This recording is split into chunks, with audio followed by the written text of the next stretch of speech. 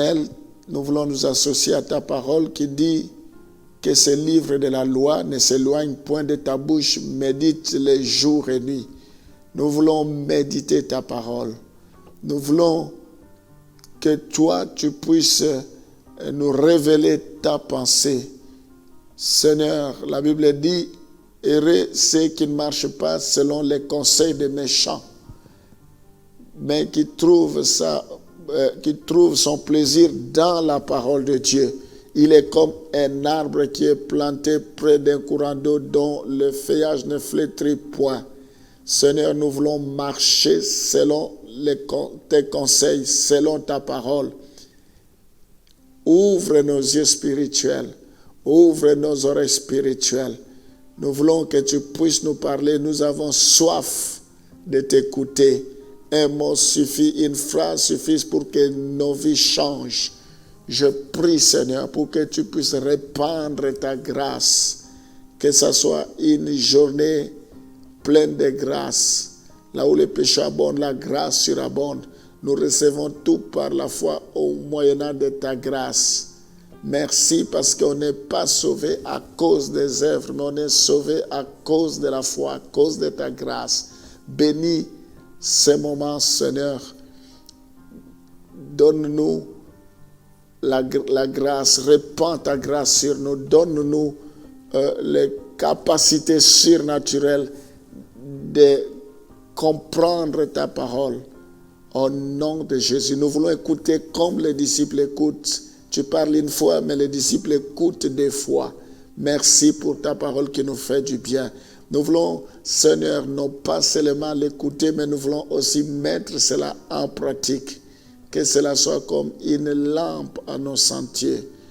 Sur nos sentiers, sois béni au nom de Jésus. Nous t'avons ainsi prié. Amen. C'est à la liberté que nous sommes appelés à vivre. Vous serez prisonniers de ces pensées et de ces sentiments que vous ne voulez pas abandonner. Donc, tant que nous ne libérons pas, nous serons prisonniers de ces sentiments que nous ne voulons pas abandonner. Au départ, ce mur que vous dressez vont vous assurer un semblant de protection. Nous pouvons penser que nous sommes dans la protection, mais petit à petit, ils vont vous emprisonner et vous détruire. Je vais me protéger, c'est comme ça, je vais garder ma distance, je vais garder ma haine, je vais garder mon amertume, ma rancune, le désir de vengeance, mais ça va petit à petit nous ruiner. Voilà pourquoi cela finira par nous emprisonner et nous détruire. La Bible dit, celui qui cache ses transgressions ne prospère point. Celui qui les avoue et les délaisse obtient miséricorde. On va lire Ephésiens chapitre 4, versets 26 à 27. Dieu nous interpelle. Nous devons chercher à pardonner pour que Dieu puisse nous pardonner. On va lire Ephésiens 4, le verset 26 à 27. Si vous vous mettez en colère, ne péchez point, que le soleil ne se couche pas sur votre colère et ne donnez pas accès au diable. Je vais revenir sur ce passage. Nous voyons le fait que nous refusons de pardonner laisse un accès au diable. La Bible dit, résistez au diable et il fuira loin de vous. Nous devons fermer toutes les portes d'entrée.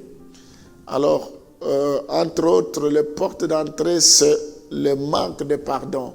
L'ennemi peut passer par là. La Bible dit, et ne donnez pas l'accès au diable. Ça peut arriver que nous puissions nous mettre en colère, mais nous ne devons pas dormir avec cette colère-là.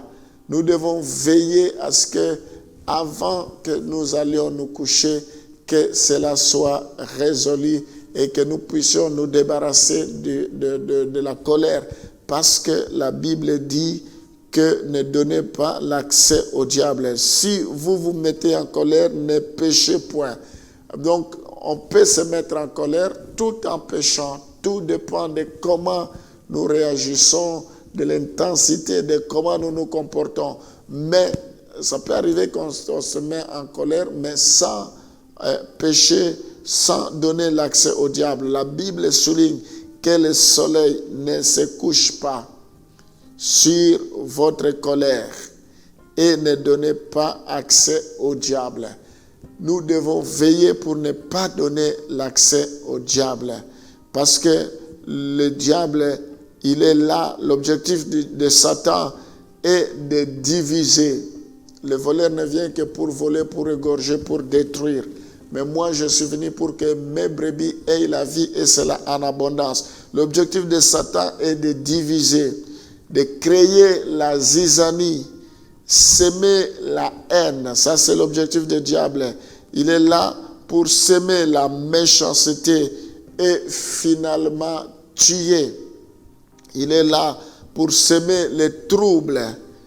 Il ne faut surtout pas rester sur une dispute irrésolue avant d'aller dormir. Quel que soit le degré de dispute, il ne faut pas rester dans une dispute irrésolue avant d'aller dormir. Parce que le Seigneur peut venir dans cet instant qui suivra. Le Seigneur peut venir au moment où vous allez dormir dans une colère, dans une dispute irrésolue. Ça ne vous sera pas agréable. Le Saint-Esprit qui est en nous, il a pour rôle de pouvoir nous convaincre à ce qui concerne le péché. Donc, il est important que nous comprenions que nous n'avons pas droit à l'erreur.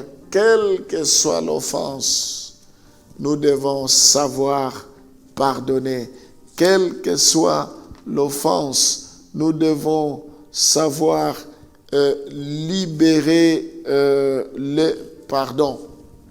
Voilà pourquoi nous allons prier ce matin pour que nous ne puissions pas nous ressembler à cette personne à qui on a accordé le pardon, à qui on a laissé tomber ses dettes et lui ne voulait pas que son compagnon puisse lui demander pardon. Alléluia. Éternel Dieu Tout-Puissant, merci parce que tu nous interpelles encore une fois de plus ce matin. Nous voulons te plaire, nous voulons faire ta volonté et non notre propre volonté. Il n'y a rien qui est caché devant toi, tu vois toutes choses nues. Je prie, Seigneur, pour que tu nous donnes les capacités de pouvoir pardonner, d'accepter le pardon et d'accorder aussi le pardon à ceux qui nous le demandent. Je te prie, Seigneur, pour que nous puissions pas dormir avec la colère, pour que nous ne puissions pas donner l'accès au diable. La Bible dit, résistez-lui, il fuira loin de vous. Le diable vient s'aimer la zizanie, il vient s'aimer des divisions, des querelles, pour que au final, il puisse nous tuer. Nous ne voulons pas lui donner l'accès. Éloigne loin de nous toutes sortes de rancœurs, toutes sortes de colères, toutes sortes de médisances. Au nom de Jésus, délivre-nous de toutes sortes de colères. Nous fermons l'accès au diable dans le nom de Jésus. Je prie pour que cette journée soit une journée bénite, une journée extraordinaire. Remplis nos cœurs de joie. C'est toi qui es le prince de paix. Répands ta paix. Tu as dit, je vous donne ma paix, je vous laisse ma paix. Je ne vous la laisse pas comme le monde fait.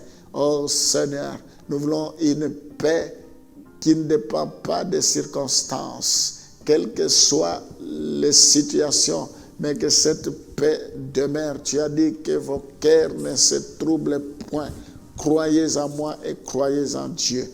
Merci pour la victoire, pour cette journée. Merci pour ta main invisible. Sois glorifié, sois béni à jamais dans le nom de Jésus. Amen.